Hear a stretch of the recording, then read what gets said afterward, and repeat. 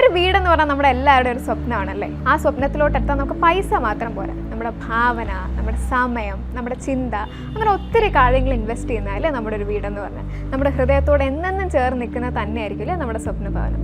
ഇന്ന് നമ്മൾ കാണാൻ പോകുന്ന ഒരു വേറിട്ട വീടാണ്.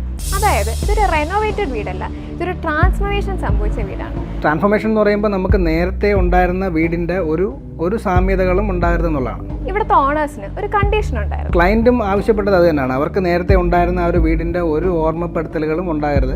എൻ്റയർലി പുതിയൊരു വീട് വേണം എന്നുള്ളതായിരുന്നു അവരുടെ ഒരു ആഗ്രഹം. എല്ലാ രീതിയിലും, ഇൻറ്റീരിയറിലായാലും എക്സ്റ്റീരിയറിലായാലും എല്ലാം.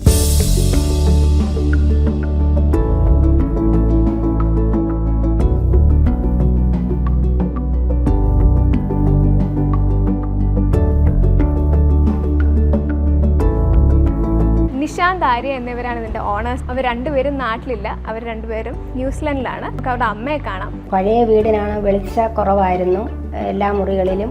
ഇപ്പോഴുള്ള വീടിന് എല്ലാ മുറികളിലും നല്ല വെളിച്ചമുണ്ട്. പഴയ വീടിൻ്റെ മുഖഛായ പോലും മാറ്റിക്കൊണ്ട് നല്ല ഒരു ഭവനമാണ് പടുത്തുയർത്തിയതിൽ ഞാൻ സന്തോഷവതിയാണ്. മനോഹരമായ ഒരു വീട് പടുത്തുയർത്താൻ എൻ്റെ മോന് കഴിഞ്ഞതിൽ ഞാൻ വളരെ സന്തോഷിക്കുന്നു.